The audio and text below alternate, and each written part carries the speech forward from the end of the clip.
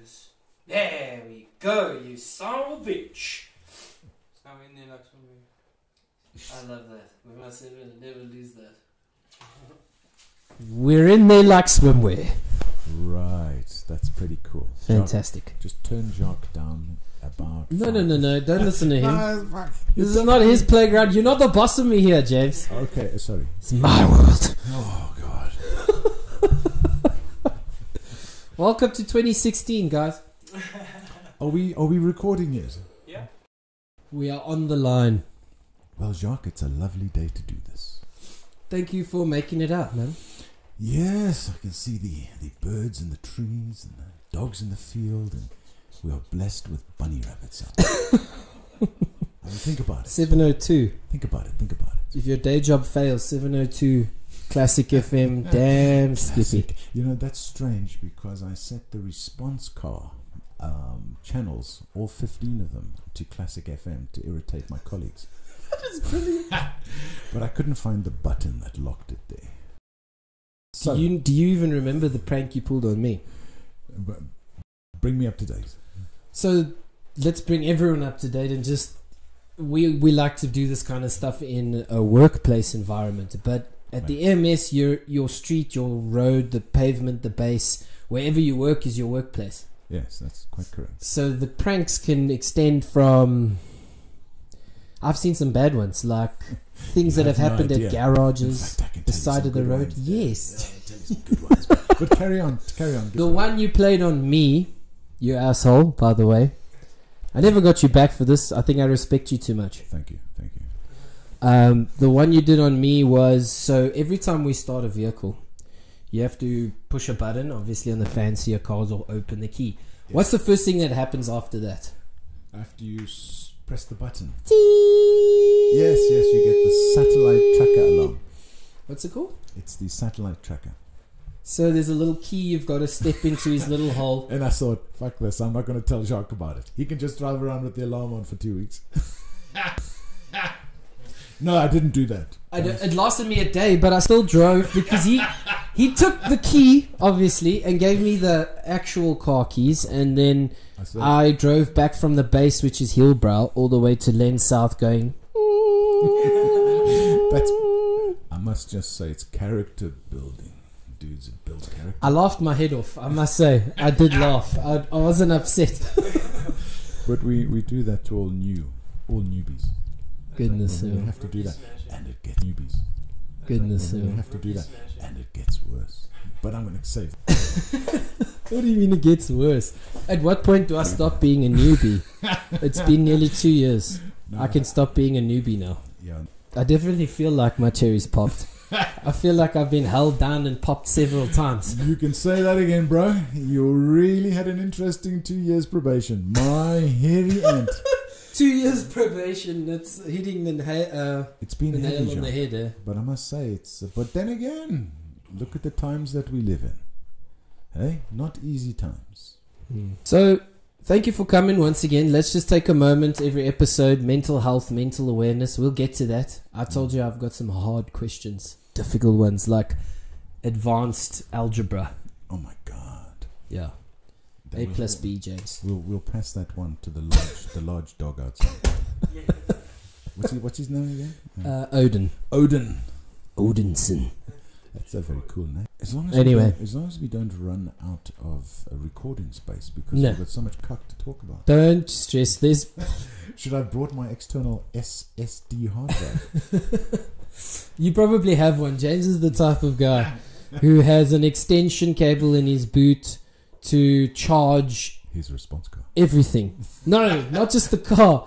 The syringe driver, the backup syringe driver, the infusion mats, the backup infusion mats, the suction, the ECG, the batteries for the ECG. The ultrasound. The ultrasound, which I don't have yet because I refuse. I'm not going to get into that. I'm not going to get into the fight about why we don't need ultrasound. And also because I'm pretty lazy to go and learn all that stuff, I must say. I'm pretty lazy shit. I know. I have to do the refresher. But it comes with time. What does? Patience. Who was I talking about patience to? Yes, we were talking about patience a moment ago. Patience is incredibly important. Treating patients or having patients? Having patience. Well, both patients are actually important. To have something to do. I love how you chose having Right. patients over And treating patients. Patience and having patience. Patience is what it's all about. And that's Practicing a very Zen. short commodity. Yes, Zen is important, but Zen's more than being patient. Patience. Through patience, you'll probably, if you apply patience, you'll probably solve a lot of problems. I mean, believe when that. Yeah. So, mental health. Got into the service in January of 1986. Good Lord. I then studied for 3 years, all privately funded, until 1988, when I graduated. And then on the 2nd of January 1989, I started at work. BA, eh? No, I walked in NDIP. Really? The old NDIP. Straight from school, or? I was on the very first NDIP course. In fact, you now have the longest registered paramedic in the Republic of South Africa, speaking into your microphone. What? I knew this, actually. I must say I did my research. You have the oldest HPCSA registered number for a practitioner in South Africa. Yeah, I could have been ANT1, but there's a story there with one of my colleagues. I had a little Yamaha 125 motorcycle, and he had his dad's MG sports car. And the doc that had to sign us off, we both arrived at his office more or less at the same time. And the doc signed off this dude and signed off my... then it was called the... what was it called then? Medical and Dental Council. And then I got on my bike and I said, right, I'm going to get ANT1. End of story. 23 years old. So I get on the bike and but it was only a little 125 sort of scooter. And then this dude sails past me in his red MG sport, well, his dad's red MG sports car. And he, of course, gets to Pretoria about half an hour before me. So he grabs ANT1. You kid. He gets ANT1. So then I get ANT2. So I said, okay, can't be first and everything. But I would have been pissed off. Since then, the dude has deregistered. He decided to leave the field completely. And then that makes me the longest registered. There were guys in ANAs and BAs that were obviously practicing before me, but they were never registered before. So there you go. Yeah, just that registration period can take like 3 months sometimes. Yeah, but this was quick. Boom, boom. Registered. So PTSD, never had any? You know, PTSD is an interesting thing. Well, let's clear it up. What is Because PTSD? it's like a mist, okay, on an early morning, on the river here, you know, on the clip. Sometimes you see it and it's blatant, and other times you can't see it. You know, it's like an enigma. It's difficult to quantify. So, do you have or have you suffered from PTSD? I suppose I must have had in its mildest form at times, because the cases that I did as a very young man were absolutely like stunning, and not stunning in a good way, but shocking in a bad way. Like rooms covered in blood, stunning. Oh, no. Kill the Bill gore, stunning. The gore never really got to me.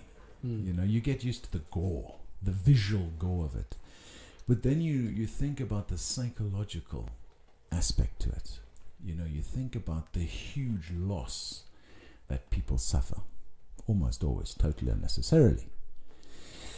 And then you think to yourself, wow. And then that thought comes back to you. That thought returns in a week's time, in a year's time, in 10 years' time. Indeed, I was with the SABC reporter about 2 years ago with Leffer driving through, the station manager driving through Hillbrow. Mr. Leffer. The Leffer. You know. Station manager of Hillbrow. And I have no idea why he supports the Pirates. You're talking soccer. Soccer. I don't get it. But anyway, and then she wanted to know the same thing. She was recording on a mobile device in the car and recording Leffer and recording myself.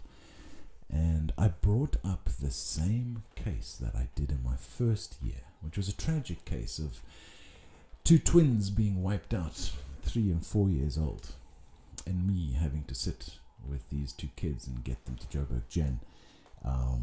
It was a terrible case, but what made it tragic is the grandma had taken the children in her daughter's car just to the shops to get some sweets, and in those days there weren't baby seats, there weren't car seats, they were T-boned, and both of them had catastrophic head injuries. And I had to think to myself, wow, and of course they both died at the Gen. This is despite the best medical intervention at that time. And I had to think to myself, when you're going to kick, you're going to kick her. When I had to think to myself, how does the family come to terms with this? You know, how does that family that's been affected come to terms with grandma taking the kids to get some stuff and then not coming home again? And that's really the deep essence of post-traumatic stress. Don't you think so without the story involved with the accident, if you didn't know the background, it would just be another case, another problem to solve, another hole to plug, another, how can I say, nervous system to balance, cardiovascular system to balance, hemodynamics to stabilize. Well, I think you've got to look into all your cases as a practitioner. You know, what made this case stick was in those days, obviously no internet. Can you imagine living without an internet? Oh my God. But anyway, in those days there was zip, except the newspaper. So I happened to be going through the newspaper at the station a couple of days afterwards, and I saw the obituaries. And in the Star, it's a big paper, and the obituaries were all about this poor family. And then that was the link that embedded it in my brain, I think. But it was a good lesson. So that's later only. That's not even... So during going through the treatment, treating the woman or the girls... The treatment is pretty straightforward. You know, yeah, but you don't feel anything then. It's only later. No, the treatments are very mechanical. Plus I was with 2 medical officers at the time, so then you could have a talk and you could discuss the treatment protocols, etc. Yeah. That's really not... The mechanics of the treatment really don't trigger PMDS. PMDS. You see what I've got on my brain at the moment? PMDS is performance-based bonuses for everyone's salaries. How good you do. Yeah, you see, this is what happens when you come from management. Anything with a P in it becomes performance-linked. Do you know what I think starts with a P that I'm not going to say? No, but you just, you got upgraded, in position, show. Basically. Clean family show. No, yes, this is no under 21s show. This. Oh, okay. Anyway, yes. I was recently moved to the new EMS quality assurance team. Where's our button? No, the clap button. You can edit that in later. Yes. Anything off the road in a managerial position is a win at this point. I don't know. You know, because it's just like the story of the samurai that couldn't keep out of the fight. You know, you miss the road, and you miss your colleagues in the road. Oh, of course. They are your brothers in arms. I almost said a name, which would have triggered something for you, which I know. We have lots of names that would probably trigger lots of things. Yes. But I hope that answers your post-traumatic stress syndrome question. No, it's the same for me. It's definitely, when you said the mist, that's something that I can relate to. I'll have moments where I'm alone, thinking too much, maybe drunk, and then it will trigger it for me. Possibly sadness, depression. I think the things that trigger it is exactly that, living through the moment with the patient. Yeah, look, it's the emotional side, because the trigger is not really a visual or situational side. It's the emotions that you experience. And with that, you need a bit of a different approach. You know, you have to rely upon a philosophy, okay, to keep you sane in those moments. And I was reading a little bit about a Roman emperor a long time, he lived a long time ago, 2,000 years ago, a guy called Marcus Aurelius. Yes, you sent me the... Did I send you a link? You sent me a link to the, 10 Stoic Marcus Aurelius? No, Stoicism. Stoicism. Before the rise of Christianity. Okay. was a philosophy that helped people deal with hyped emotional situations. Okay? Emotional situations that, because 2,500 years ago, they still had those same situations of dealing with that we're doing today. You still can't fix it as a fucking humanity. We can't fix it. Why? Because we have emotions. And we have ego. Emotion. Okay? Emotional ego, yeah. So that's very much sort of linked together. And Stoicism, it's a way of putting it in its box, you know, but you need a rational mind. And that's basically what the treatment is going to be about. Do you remember any of the... Was Freud right? There was a list. There was a list from the video. Do you remember any of them? Well, I remember the overriding tone because I was watching it, and you on this morning. I mean, YouTube is fantastic. Listen, are you keeping Hello, YouTube. I'm keeping the time here. We're not going to run out of recording space. Don't worry. Man's on top of things. Look at him. Sure, if you want another SSD. What's an SSD? Solid State Drive. Oh, now I got one. I got a biggie. Mine's very big, James. Don't worry. Yeah, Stoicism. I'm sure Gene Roddenberry, when he did Star Trek, had read up on the Roman Empire, because I'm sure that's where the Romulans come from. And I'm sure that he thought, Stoicism, Roman Empire, let's develop the character of Spock. I'm sure that's where it comes from. Well, I don't know the character well enough. I must say I'm more a Star Wars man. Yeah, Star Wars was good as well. Star Wars. I mean, what's his name? The producer there, George Lucas. Yeah. I mean, I'm sure he's a genius, amongst other things. But let's not get into that. Amongst being a billionaire, maybe. You're also into swords. You love your katanas. Yeah, and there's a medical reason behind that too. A medical reason for you to love swords. Absolutely. It's not the sword. It's being the mechanism. Think of it like this, Jacques. Conceptualize this. A gun and a bullet is a weapon system. Yes. Okay.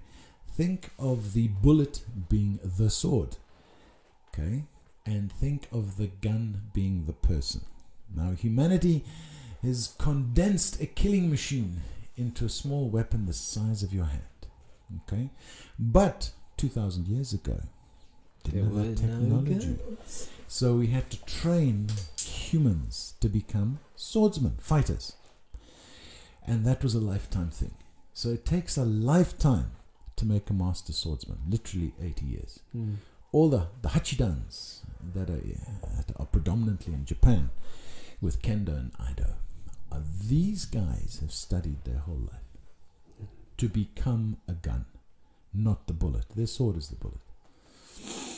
And that's a good way of putting it across. Why do I do it? What's the medical reason? What's the medical reason? Because it's very good exercise. Is that why you're stiff? Yes, that's why I won't be able to get off this chair, because I spent 2.5 hours in the dojo yesterday swinging swords of... Basically kicked off from Aido and... did we get the Aido bit off? And I was saying what is the point of drawing a sword several times, and then I explained Zen and the present moment. And how then, through drawing the sword 1,000 times and to reconnect it, you separate yourself from the current environment in a sense that you kind of are the third body, but not really. Is it on? Yes. Are we back online? We've been online. What we need is a red light. There's red lights all over. Can't you see them? No, but that's the camera. Okay, we need a red light there. Doing, recording now. True. Write that down. Write that down, Dad. Yeah. Okay. What's your stance on drugs? Because we give drugs every day. Look, a stance on drugs. Yes. Okay. Illicit and non-illicit. Illicit and non-illicit.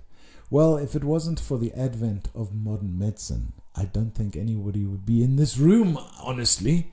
Really? So there you go, yeah. There you go. Oxytocin from birth. From oxytocin, vitamin K, you name it. We're injected from the womb, in fact. As you come out, you have an injection in your little bum. Because life's a battle. Because life's a fucking painful injection in the bum. That's what it is. A battle, okay? And a lot of us wouldn't have mums without cesarean sections. You know? A lot of us wouldn't have mums without midwives. Yeah, so back to non-illicit and illicit. So I'm very excited to hear about the illicit part. how does that turn you on? Yes. Okay. So, the illicit stuff. There's nothing we can. We have to support the science. Yeah. Right? The science behind medicine is solid. It really is.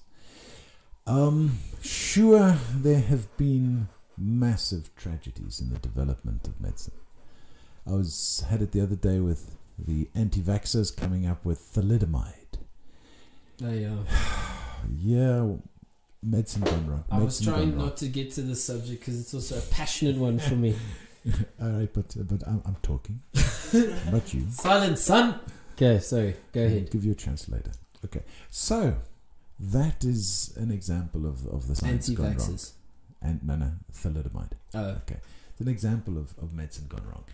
And throughout the development of modern medicine, which you could probably trace back to Roman times, if not before that, ancient Greek times when they were playing around with stuff, there have been real tragedies in the pathway to getting where we are today.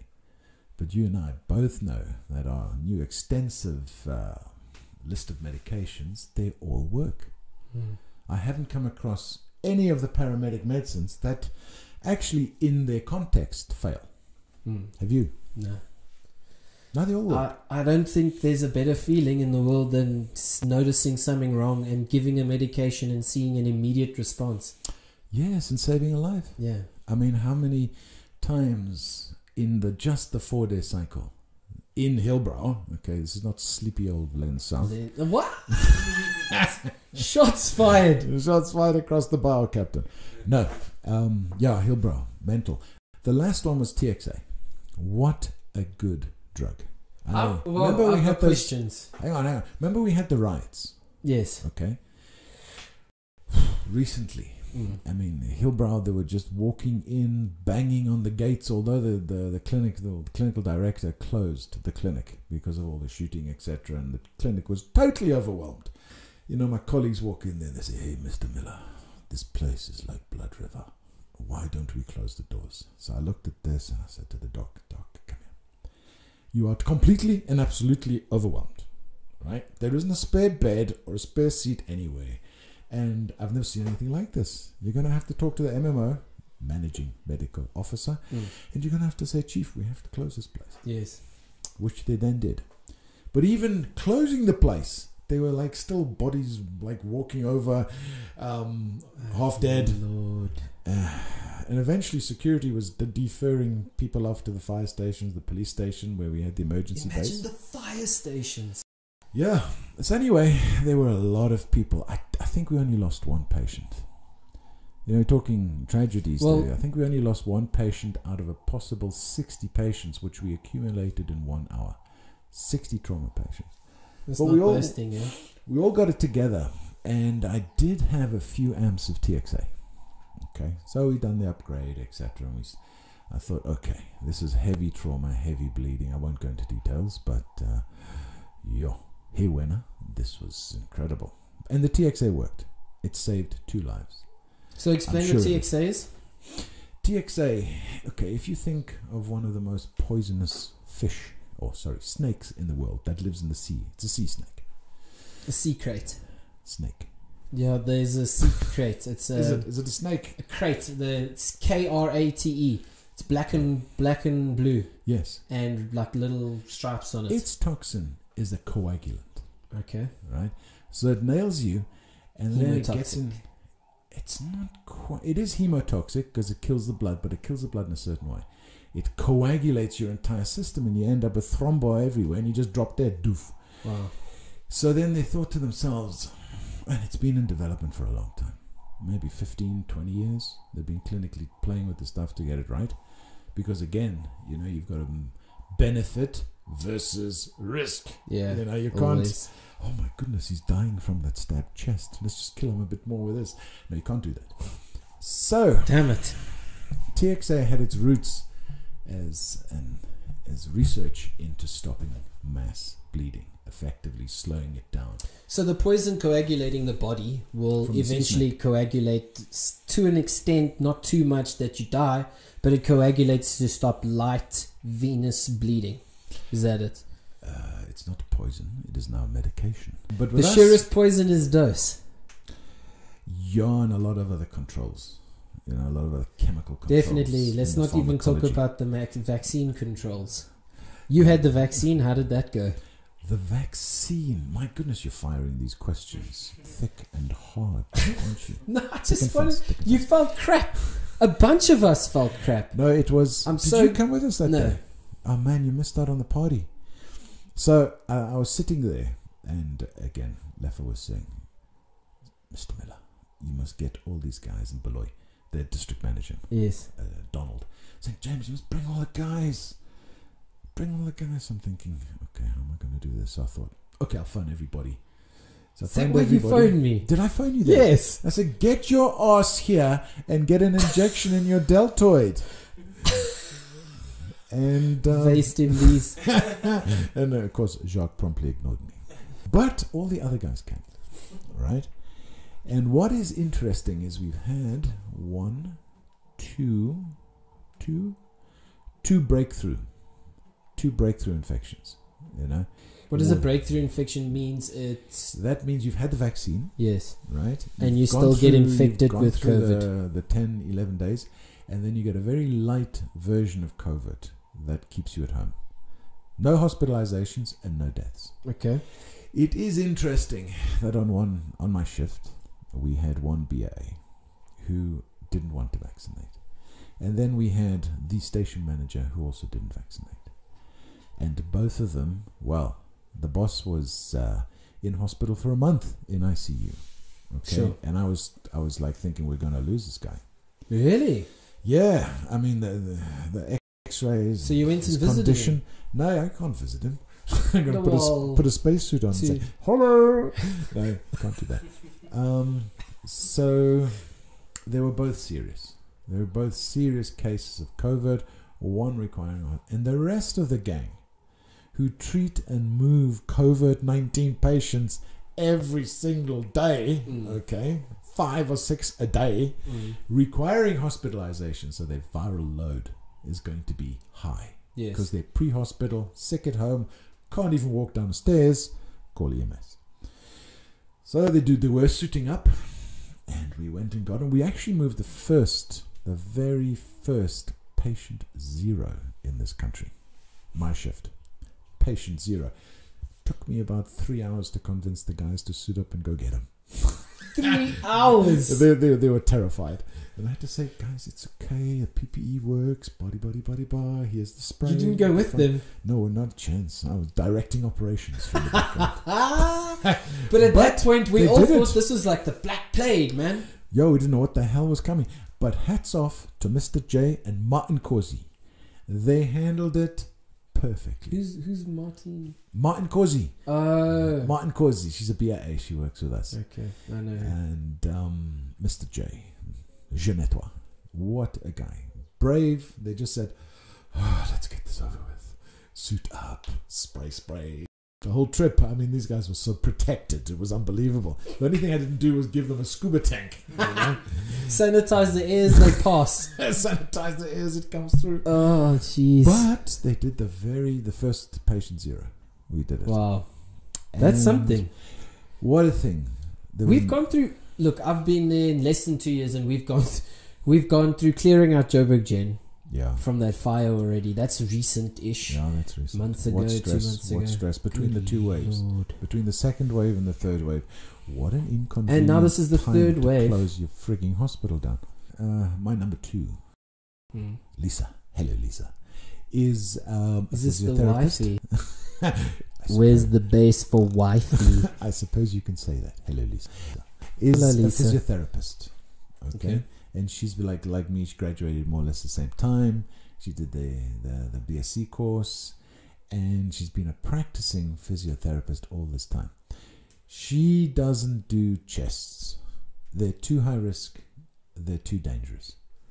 Because do you mean? think about it. Stretching someone's chest out. No, man, percussion. Oh, percussion. So you percussions. come in with a Okay. phlegmy chest, And you your start chest is- slapping them up and down until they cough out the loosenesses inside. Well, I think the physios might have a different word for it. Yeah. But it does. We're sound- not physios. Who cares? It does sound like a take that, and it actually works. In fact, one of the winning therapies against COVID-19 in hospital is chest physiotherapy. Why? Wow. I mean, Jacques, have you seen the difference between a normal person's X-ray and a COVID-19 pneumonia X-ray? No. My God, do yourself a favor and look at the two. There's plenty on the net, plenty comparisons, CDC sites, etc. And I'm thinking, well, yeah, my goodness, let's not get COVID-19. Hectic. Let's just not get Is it. it chow? It eats away tissue. No, or it's really bad. what happens in the Well, lungs? obviously you're going to have a consolidation of the lung. You're going to have pneumonia. You know, thick, mucousy, fluidy lungs where it should be a nice whistle clear. Are we still recording? Are we still on that? Don't lose this again. So Focus. where's the red button? Mine's Boing. ready. Jacques, let's get the red light. Okay, focus. All of you, focus. You know. So anyway, like, hang on. Okay, so the lungs can become so congested, right, that respiration is not possible. Boom, kidneys fail. Boom, dead patient. I lost a very close friend of mine. His name was Jason Jones. He used to work at Union Hospital for Netcare. But before that, he joined the EMS with me in Benoni in 1989 as a civil defense member. He was an AA. They had comorbidities, quite serious ones, like kidney transplant, type 1 diabetes. But this thing took his life after a month of suffering. They moved him to Mill Park. Netcare didn't spare any expense on this guy, but they couldn't pull him through. That's how dangerous this disease is. Wow. So how would this compare to, say, TB, Bubonic plague. bubonic plague, TB. yellow fever? Oh my God. Well, obviously it has a high R factor. Okay. So its ability to reproduce itself, okay, and spread itself is Incredible. wow. It's Incredible. Really, it's really, and the variant between the alpha variant and the delta variant, how it's changed itself to become much more communicable is science, I suppose. We expected something like that. But Wow. my hairy ant, you should check how this thing spreads. Well, Yeah. lens It's south. scary. South. It's scary. It is very scary. It's Look, a how would you killer explain disease, the eh? difference between the Delta 1 and Delta 2 and A and B and Alpha and whatever? We jumped between Alpha to Delta variant. Yeah, it's. I thought about this before I read it because I had it partially figured out. Each human body gets infected. Okay, alpha comes in. Okay, then boom, it makes 1 billion copies of itself. And sure, that person's copies of that virus might be exactly the same or less. Highly unusual in one person that you're going to get a lethal variant or a more lethal variant. Enter the Republic of India, okay, where you have how many people, Jacques? About 1.4 billion, Yeah. billion people there. So to say. A lot of them living in extreme poverty. Okay. And incomes In close proximity and as well. Very close proximity. I've spent a lot of time in India. Had a lovely job there for a while. It's a breeding ground for viral infections. Wow. They got through the first wave. Excuse the pun. Then came their second wave. Okay. I think, yeah, it was the second wave. And then, of course, when you've got 1.4 billion people getting infected, you have 1 billion viruses from one person, you're going to get a more successsul virus. A variant that isn't the worst variant, Changes itself to be more communicable. to And then improve, to competes. exist. Yes, and then competes with the other viruses. Yes. Right? Yeah. And outcompetes them. Well, it wants to be number one, and it was. It was. Still it is. Look It at the still news. is. No one can talk about anything other than this fucking virus. Oh, absolutely. But is it manageable? Can we win the fight? Yeah, we will. without a doubt. The stuff between your ears is incredible. Not just your ears, but humans' ears. Right? They will figure it out. And we are winning the fight. We will put it in its box before it will burn out. We'll put it in its box quite quickly. There will be a huge cost to this. We could have done it cheaper in lives and cheaper in money if we'd have been more organized. I don't agree with much that President Trump has to say, but when he nailed Politics. but I must just say this, WHO, they needed to catch a wake up for the early phases of these things. Yeah, I agree 100%. It was taken too lightly in the beginning. In the very beginning, when we were getting Don't you think reports they coming did in that on from purpose? Don't know, but the reports were coming in with the BBC, the reports were coming in with even CNN, even Fox was running these reports, and I was catching them thinking, oh my goodness, this doesn't sound very good. January, February, you can see the dates clicking by. You told me there's a big wave coming. I'm thinking, yeah, Get your HME filters. get your ass up here and get your filters and circuits. But anyway, Trump didn't do anything. But there wasn't that much of a, in my opinion. I think you might call it Sleepy Lenasia South, but Len South.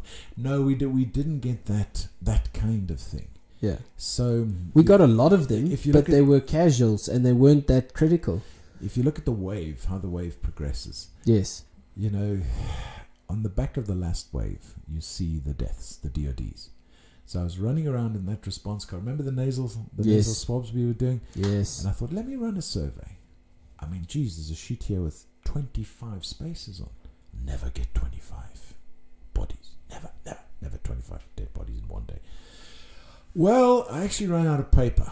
So you went around declaring COVID patients? Yes, but I was doing the post-nasal... Yeah, the swabs. Post-mortem, post-nasal swab. To get a sample to test if they have actually died of then COVID. I did it in the tube, and I did it like Send it to the doc showed us. lab. And we had the lab at Johannesburg before the fire. Yes. And it had a parking spot right outside the lab. How convenient is that? So I drove with a response car, poof, stopped, got out the car. It was literally 20 paces, and you're at the lab. And give it to them. And then, because all the forms filled out correctly, they'd send you a text message back saying, Mr. Miller, this last patient was positive. Oh, wow. So That would be so helpful to know. So I thought to myself, And then I went back to the control sheet, and the whole page was positive after 3 days. Goodness. Okay. So you declared how many patients in one day dead? I think the record's 18. 18. 18 patients on the back I've of the done wave. about 5 or 6 in one day, yeah. We started at about 3 o'clock in the morning. And then we finished at about 11 o'clock in the morning. Over shift, obviously. That was the period when these cases, when you get called. And it wasn't like a near recess. Yeah. It wasn't like, we can do something here. Stiffies. These patients, there was clear post-mortem lividity, clear rigor mortis in most cases. So it was Even Laszlo could declare them dead at that point. Yes, he came with me on a trip on the response car once. Yeah. And he ended up seeing about 4 P4s. Oh my God. 1 P1. They all died pretty much in front of him. Yeah. We drove over a P4 with the response car. Oh my God. Yeah, look, Jacques. So anyway, COVID-19. So we sort of discussed it in its loose paramedic sort of way. And then the DODs that we have to do, That has given a lot of people PTSD. Yeah, I know a lot of people that have done. You got to rationalize the approach again. So I spoke to the Orlando Pirates boss that I have. Oh yes, Supports Orlando Pirates. Are we recording this? Yes. Fantastic. The Pirates will never beat the Birds. The Birds are my team. Okay, Morocco Swallows. The oldest team. And they're still going. So anyway, so the Birds. Anyway, so I spoke to him. I said, "Listen, we have to rationalize this. We can't be taking PRVs off the road, ambulances off the road for people, and then put the live person in the queue while the dead person's ahead of the live person. We can't do that. So we rationalized it, instead of using the PRV, we brought in a declarations vehicle. And whoever was spare for the day didn't go wandering around looking for a partner to make another vehicle. Whoever was spare did the declarations. And it works a lot better. I can imagine, because we needed that several times.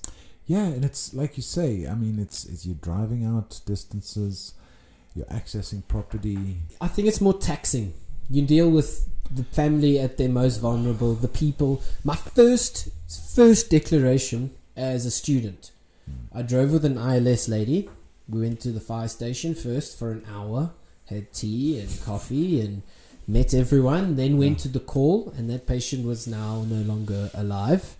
And we closed the door behind us, and she gave me a little talking to about how we should handle the situation. Walked out that very same door, because we were with the dead lady, obviously. And now she was giving me tips on how to speak to the family. And as we walked out, she just delivered the news to everyone in the room, which was about 20 people. Men and women, mostly women, gathered all in the room. And as she had delivered the news, they all exploded. It was a massive eruption of people collapsing on the ground, kicking, screaming. It was very emotional, and screaming to the point of your head's your brain bursting. And that was my first declaration ever with this lady, who basically just dropped it in my lap. And from that day, I've probably done about 300. No, you can do those volumes in the last quite 8 easily. years, 9 years. Yeah, absolutely. I've seen plenty of tragedies like that in declarations. You know, what made me thinking is I had to declare a 14-year-old girl, beautiful girl, in a flat in Hillbrown. Her mum was there. And the mum is still thinking she's alive. She's alive. The paramedics can do something. After like how many hours? After how many hours? And then I had to break the news to her, you know. And she grabbed me around my knees and wouldn't let me go. Oh, jeez. Wonderful. Wow. In deep sorrow. Okay? Deep emotional state. So then you just have to spend the time. It's just part of the job. You know what the EMS person inside me says? Why didn't you kick her? Is that the EMS person? And I have to fight that voice off. Get back, you heathen. Back in your seat. Yeah. What was the other one that I had the other day? Look, the worst tragedies are... the last thing I wanted to get into was declarations.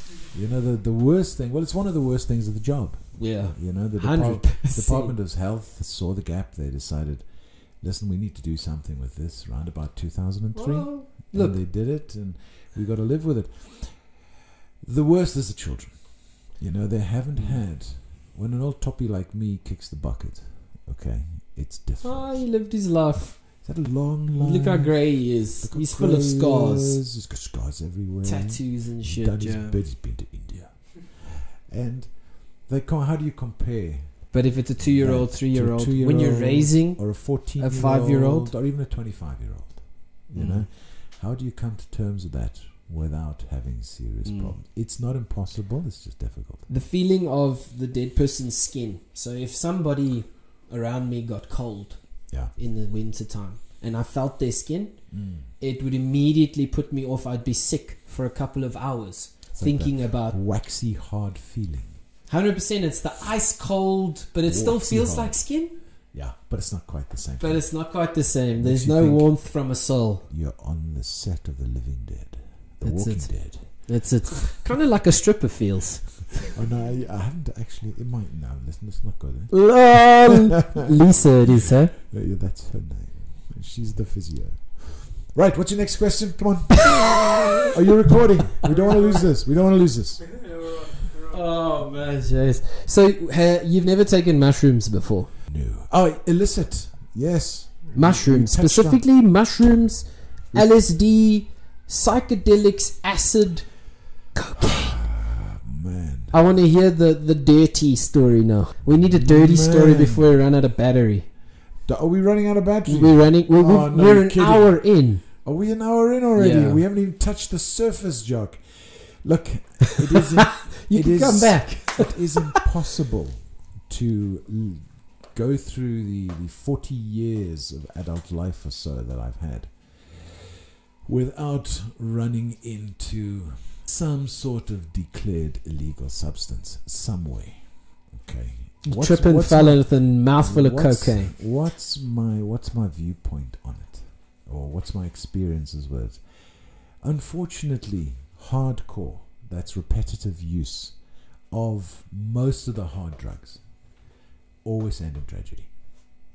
There's always a tragedy at the end of the road. It's either an economic tragedy, it's either a human tragedy, health. It's either a health tragedy, but there's a tragedy linked to it. 100%. And I can give you some great cases. Now, let's talk about the stuff that's not so heavy. Psychedelics. No, psychedelics are mushrooms.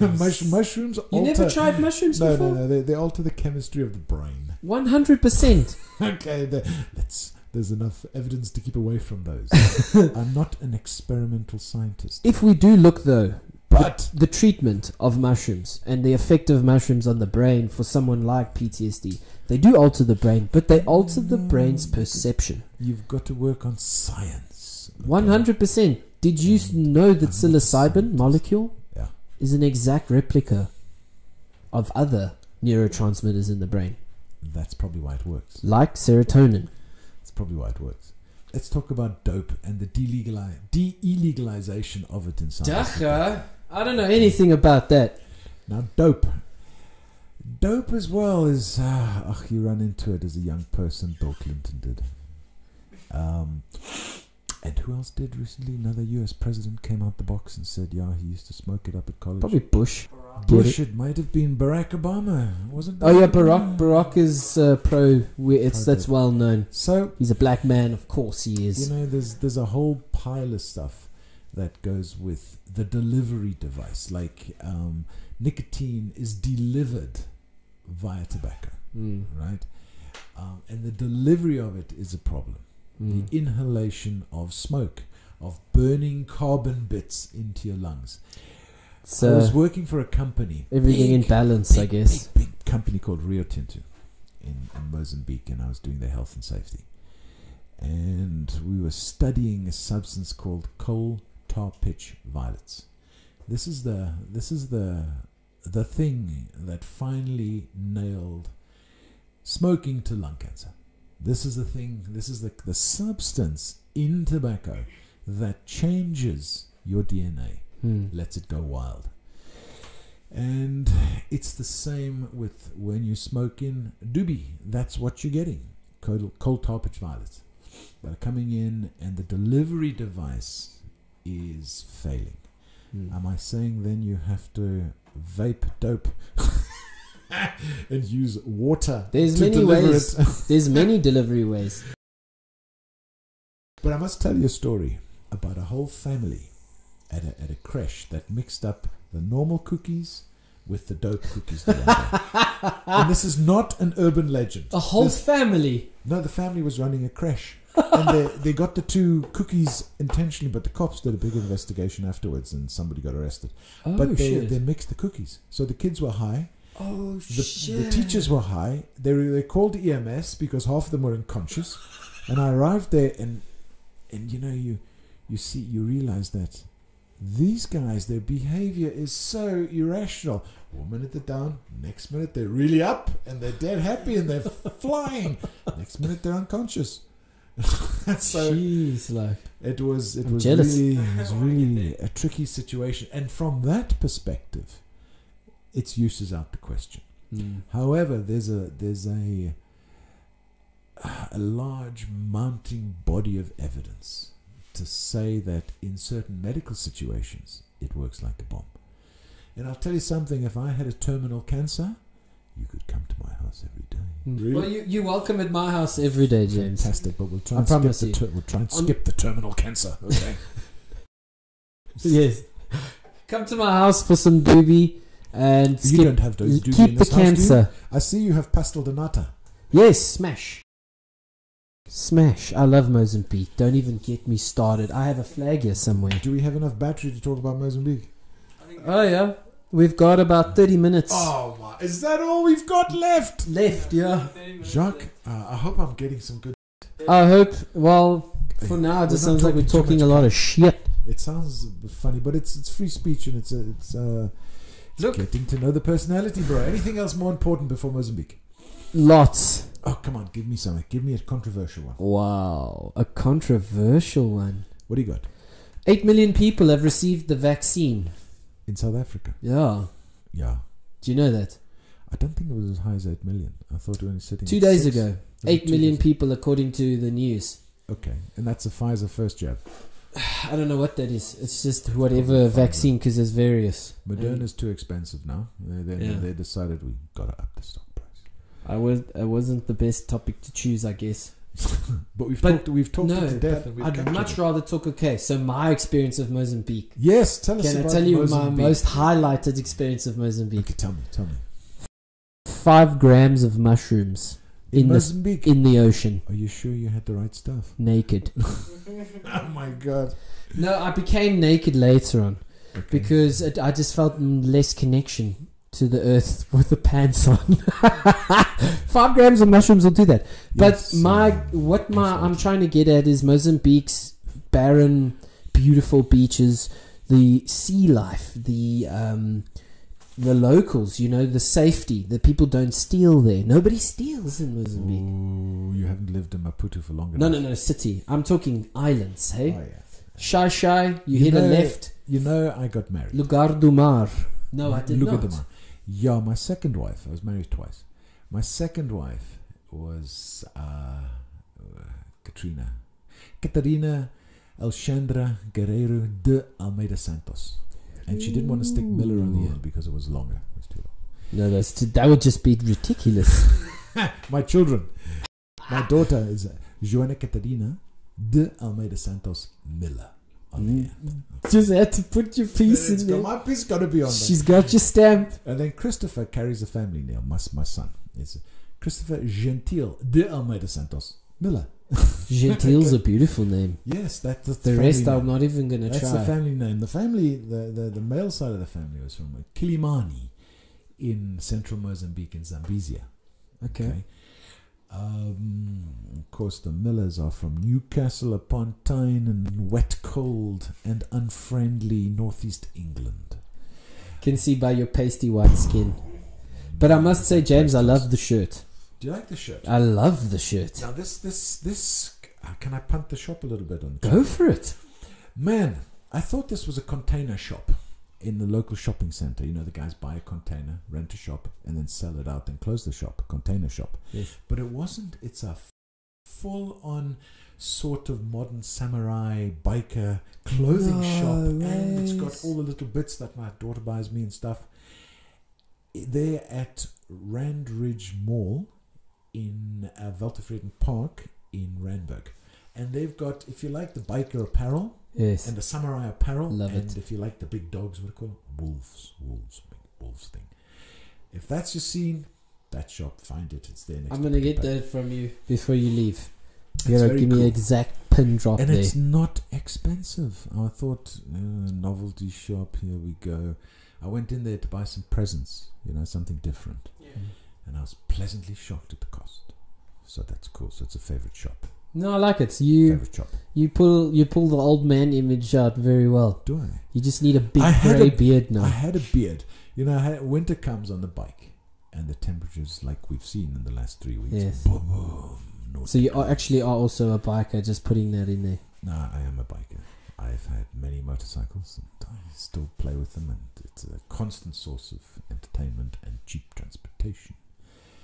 But I did have to resort to using the car.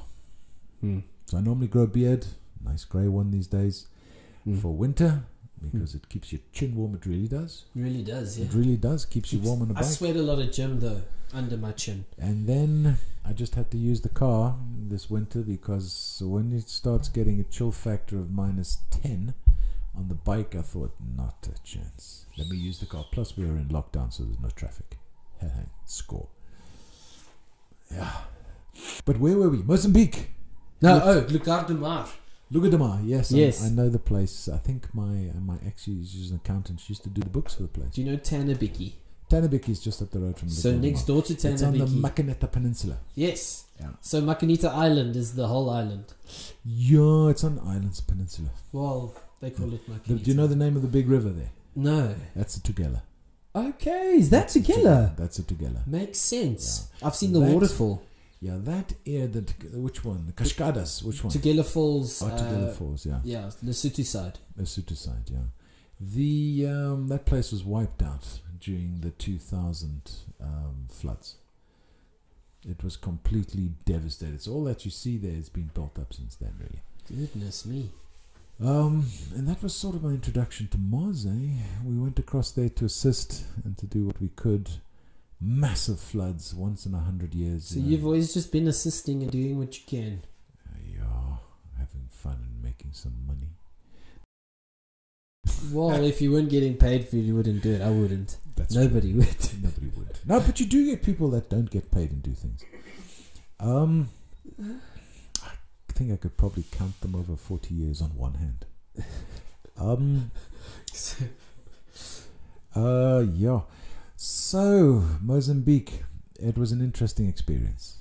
Met my second wife there. Fell in love. This love thing. Is this love? Yeah, I'm not even going to mention it. And we got to cut names out of this every single time. Really? No more names. Yeah. No more names. You are no one right now. No, I'm joking. No, well, so on the final note though. Bada bing. Bada bing, bada. Here you go. Have some of that. Right, mate. Press play. Record. Stay in school. Don't do drugs. We're live. We're live. Well, we live. So you think we've got about another hour? 20 minutes. 20 minutes. Oh, jeez, that sucks, guys. We're going to have to get more battery James? power. Did you charge these last night? Yes. Wow. I only have an hour and a half capability. It's more than enough. Trust me. Let's talk about. Yes, no, please so go with this the thing questions. is. Go on with the questions. Questions are tapped, my friend. Have we tapped them? Perhaps academia was not your strong point, Jacques. It was not. I hated studying every minute of it. Let's talk the about nicest studying. thing about studying was Should we talk about studying? parties. Yeah, studying. I went to one party and failed the test. That's how it was. Yeah. You had to constantly or consistently be studying in what I studied. Well, my stepdaughter and her friend her friends moved in, and they are in 6th year, right? MBBCH, medicine, 6th year, okay? And they study like all the time, or they're doing practicals at the hospital, they probably hit it 14 hours a day. Good Lord. That was me. Individuals, groups, etc. What was UJ? What was UJ? What was UJ? I don't know. And back in the day, I 8, maybe 6 hours. That's all I used to do per day. But now doctors, medicine, I can tell you, these girls, mind you, they're in the 80% pluses. They really are. Golden leaf, is that the golden arrow? Blue collar. But anyway, golden something. Now they all do very well, but they nail it. Compared to what I had to do, they nail it. Who are these girls that you speak of? That's my fiance's daughter. So you're getting married again? No. That's the wrong word, but it's a nice word. Oh, I see. Nice. Fiance sounds nice. Fiance. Might get married, that'd be fun. But I don't think she's into it. No, thank you. You just said to me Mrs. 5 minutes ago off camera, Jacques, never get married. Yeah, Jacques, you don't, because you're not the married. Am I getting you into trouble? You can't show your woman this, can maybe you? Your EQ is higher than mine. I think the thing about getting married is you have to be able to get on with people. And as a younger man, relationships take work. Relationships take a lot of work. You can be a lonely motherfucker. You can have no friends or 100 friends. It's all about how much effort you put into every single relationship. That's absolutely it. And I can handle about 3. You get dudes who do not put any effort into their relationships, or into discovering relationships, or into just. I bet you they're alone now. And they're most likely very alone, I mean, it's so important, hey. And if you're a sort of guy, you can change. You know, you can become more of a people person. You can learn that. You can learn anything. Then get married, Jacques. 21 days to forge a habit. But if you want to be self-centered and you want to think about self before everybody else, then don't fucking even consider it. No, can I be honest with you? I'm already married. I'm married in the sense of mind and soul and body, just not court papers. Yeah. The court papers thing is pretty much something you walk in and do together. Done. Yeah. To hold a ceremony with family and you have a ceremony. I think to have a ceremony to make it official is where you and your family all get on the same page to say in a basic public way, we are together, heart, body and soul. Yeah. Do that. I had 2 good parties. My first wedding, we had a good party. Second wedding, had a good party. A lot of friends came around. They enjoyed it. It was good. Then you get down to the hardcore issue of how do you live with a type A paramedic? Okay. How do you live with a guy that has to deal with life and death situations every time he gets fucking dressed? She does. They do. And they have. You know, you come home and you just want to decompress after one of those days. Yeah. You know, and all I heard was press. Decompress. And what she wants to do is talk to you. You know, you're the paramedic, though. You've been pumping life and death, high adrenaline shit the whole day. And she just wants to talk, and you just want to sit on the couch, have a cup of tea. Alone time is very important. And watch maybe a bit of television. I struggle to force the alone time because I don't know if I've told you I do a little bit of writing. Writing what? Stories. Oh, writing. So I've written I said writing, a full like book, riding a in horse. fact. 100 pages. I'll give it to you if you want to read it. Yeah, look, I've also been doing my memoirs, Jacques. Ooh. It's called I had a number of names for it, but Hemorrhoid. I decided to call it A Biker's Guide to Emergency Medicine. Nice. I love that. That's well done. That's the I'm jealous. And then I had to sit down and think. Each chapter was an important event, but the chapters combined. So it's a biking event combined with a medical event. Would you speak a scene or a whole week, or what about work? Well, you got to jam in the introduction. You have to jam in about 20 years, okay? But so and you got to keep a plot going, and there needs to be love and romance, okay? Otherwise, nobody's going to read it. Lots of sex. Sex sells. Sex does sell. Well, you don't want to know. Not blacklisted. No, yes, not Blue Lagoon or what's that? Mills and Boons. Oh, no, not that kind of romance. Where he thrusts his throbbing tip deep inside her. Bikers don't do that. You see. No, just you can say it in one line. He had her against the sofa. No, it has to be. Done. Has to be deeper than that. It has to be more meaningful. He had her deep against the sofa. It has to be more meaningful than that. But anyway, Jacques. So the book progresses when I have time to write it, between everything else that I'm bloody doing. But it is interesting. Quality assurance. Take us through a day in the life of James. You know what QA is all about. Day in the life of James. What's QA all about? No. Okay, that's recently. Day in the life of James. On shift, I had to set my alarm clock for 5 o'clock. Because by the time I get myself up, shit shower, shave, get on the bike, it's 6 o'clock. Yes. Boom. Bomb into town. Get the shit set up for parade. Have the parade, make sure to see who's coming to work and who's actually not coming to work, and then run the parade. Okay, 6:45. Then already the call center's on to you. They say, Mr. Miller, ring, phone goes off. Mr. Miller, yes. There's 25 calls outstanding. Can you get in your response card and go over here, please? Okay. And that's how the day goes. That's a bad day. You don't even get a chance to have a cup of coffee in the morning and write up in the occurrence book who came to work. Okay, it's that quick. You quickly bomb off a text to the boss, to the management group. boss. Mate goes off to the management group. I've seen And those. then you're off to your first call. You know? Could be anything. DOD. It's normally an MVA during rush hour. MVA, PVA. That you have to go sort out. There's the rare sideways birth, premature, not breathing in the cold. Outside, freezing in those winter mornings. And she has the baby in her hands. She's saying, yeah, Mckenna. Help! So you deal with that. And then outside, in the winter's the worst. You know, the sun is still rising. The sun's not up yet. It's like -2 out there on Main Reef Road, you know. And you're thinking, when's the nearest ambulance? So if you've got a partner, you're working patient, and you have a look, and the nearest ambulance, Mike Charlie tells you, Mr. Miller, they'll be there in about 25 minutes. So now you think, oh God, I've got to hang on here and keep this guy going for 25 minutes. Keep this guy going. Keep this patient alive. You see, there's the EMS person in you. Keep this guy going.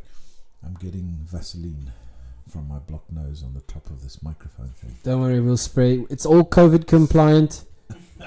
Mom, okay. Yeah, so what else do I do? Then you start with the logistics. Is there enough linen at the station? Do we have enough oxygen? Okay, so after all the boring work stuff and the call stuff and the dead guy stuff, Then 4 o'clock just pops up. Dunk! And you think, time for a cup of coffee and an oh crap. You would have squeezed it in at about 11, 12. Yeah, Let's probably. be real. And if I didn't have any at the station, I'd pop past these wonderful drive-thrus. Even on your way to a call. Quick! Get served first in a line of 10 people. Quick, I'm jumping this line. No. Anyway, so what happens then? Then you go home, and by the time you get on the bike and you go home and you get in... Top of 7.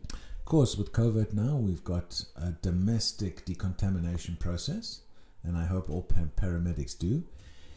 You've got a washing basket and a pair of skivvies in the garage. So you pull into the garage, you strip all your uniform off, take the badges off one side. The uniform goes in the washing basket, which goes boom straight in the washing machine. And then you go boom straight have a shower. Why? Because we have residual particle adherence. Which That's gross. When you are close up and friendly with your patients like we are, you don't want to take that chance. This is why you do managerial patient treatments. No. You there? Feel his chest for me. Is he hot? Put your palm against his head. Does he feel warm? Put this thing in his ear. It sounds like an episode of House. Man, it is terrible. Then it's 8 o'clock. You have a bit to eat. Watch television, have a cup of coffee. 10 o'clock's there, and by that time I'm in bed and I'm snoring. Because it's day shift the next day. And then that's the working Do you cycle. do any meditation? Meditation? Yes, I do. You do? I do indeed. How It long? helps clear the mind. Normally, it's about 10 seconds. Okay. 10 seconds. Seconds before you start sword fighting. And then after sword fighting. It might be a bit longer. It might be 15 or 30 seconds. What kind of meditation is that? It's Zen. It's just to clear your mind and to focus on the task at hand. But as far as the traditional... I really hope you get more meditation time. Yeah, it would be nice. Would be nice indeed. Make the time. Like you did for me. Make the time. And I really like, once again, please, don't be afraid to come again. But we were talking about Mozambique. Maybe we can... Mozambique will never leave. Do you want to see my didgeridoo? No, it's okay. It's Australia. Is that Australia? But you can play them anywhere, I have suppose. you been to Australia? No. Never left the country. You've never Besides left the Mozambique. country? Yeah. When I was... How old was I? I must have been about 1920. We went and we hitched around Europe for about 6 months. Staying in the youth hostels, the International Youth Hostel Association. Excellent. They convert these old manor houses and castles and places to youth hostels. Under the age of 27, you can stay there for those days like £1 a night. It was fantastic. Self-service kitchens. Really cool. So my friend and I, basically we spent 6 months bumming around Europe. It was, Wow. it was really very nice. Wow. Do you perhaps have any illegitimate children in Europe? No, unlikely. He always wears gloves. Unlikely.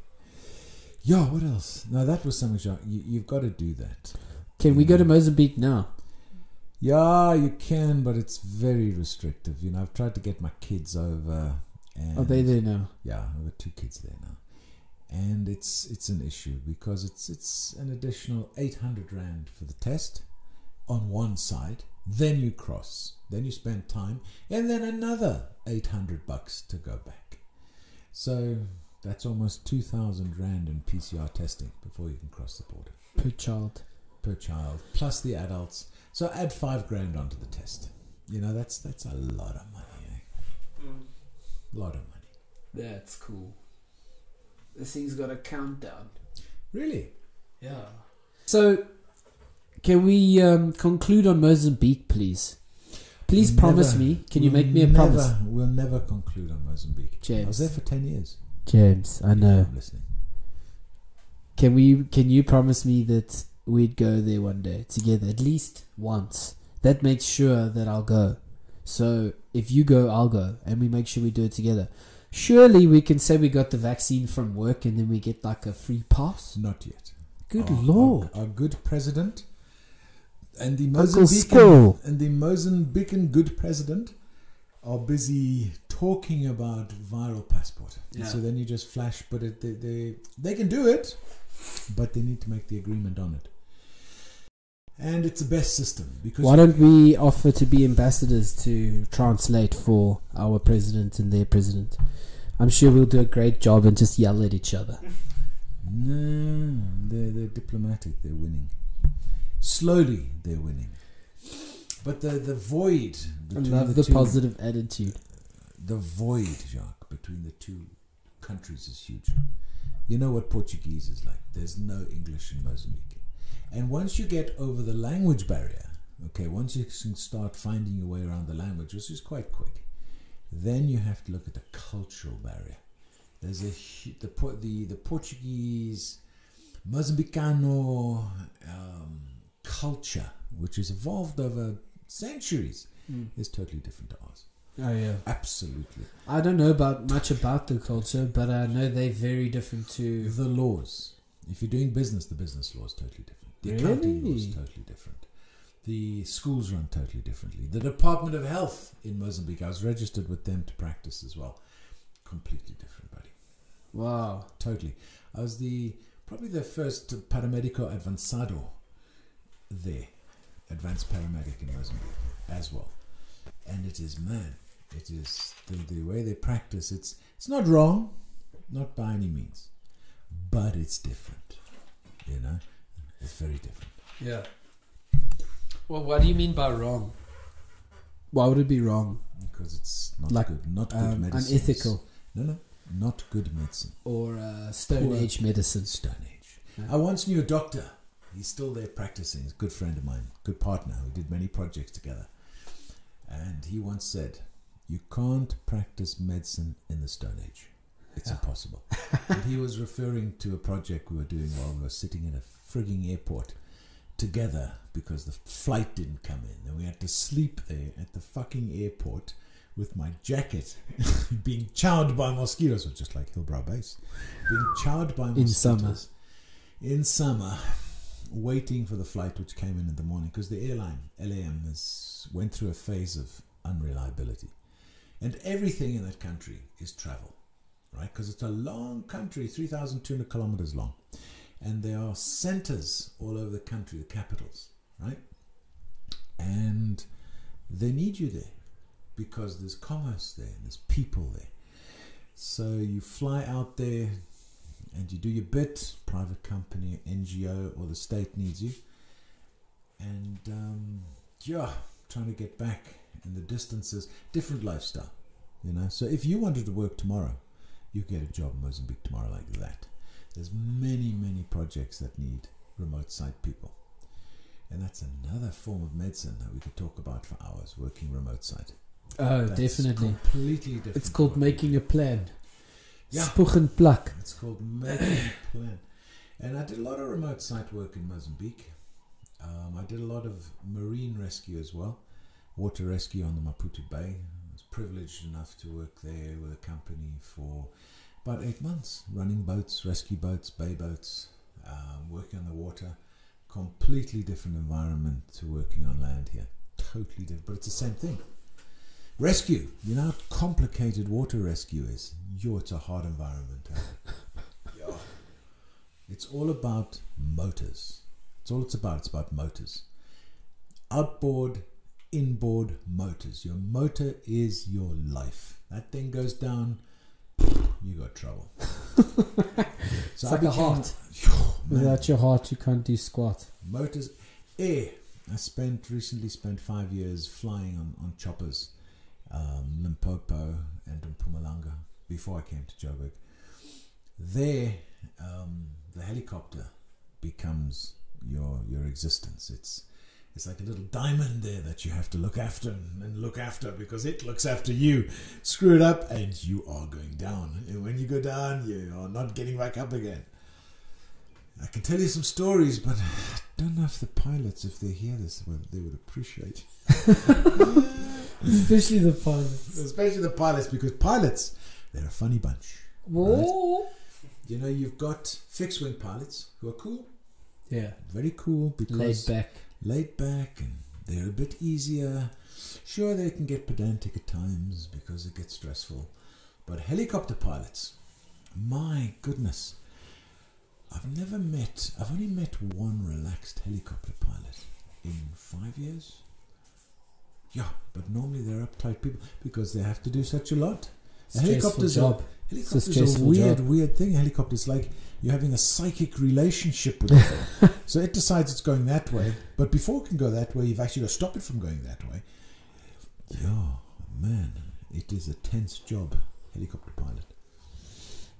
And then landing in funny places. Landing in airports fine. Yeah, it's controlled, their space. It's fine. But landing anywhere in the middle of nowhere, that can be tricky. But they do it. Hats off to these guys. Yeah.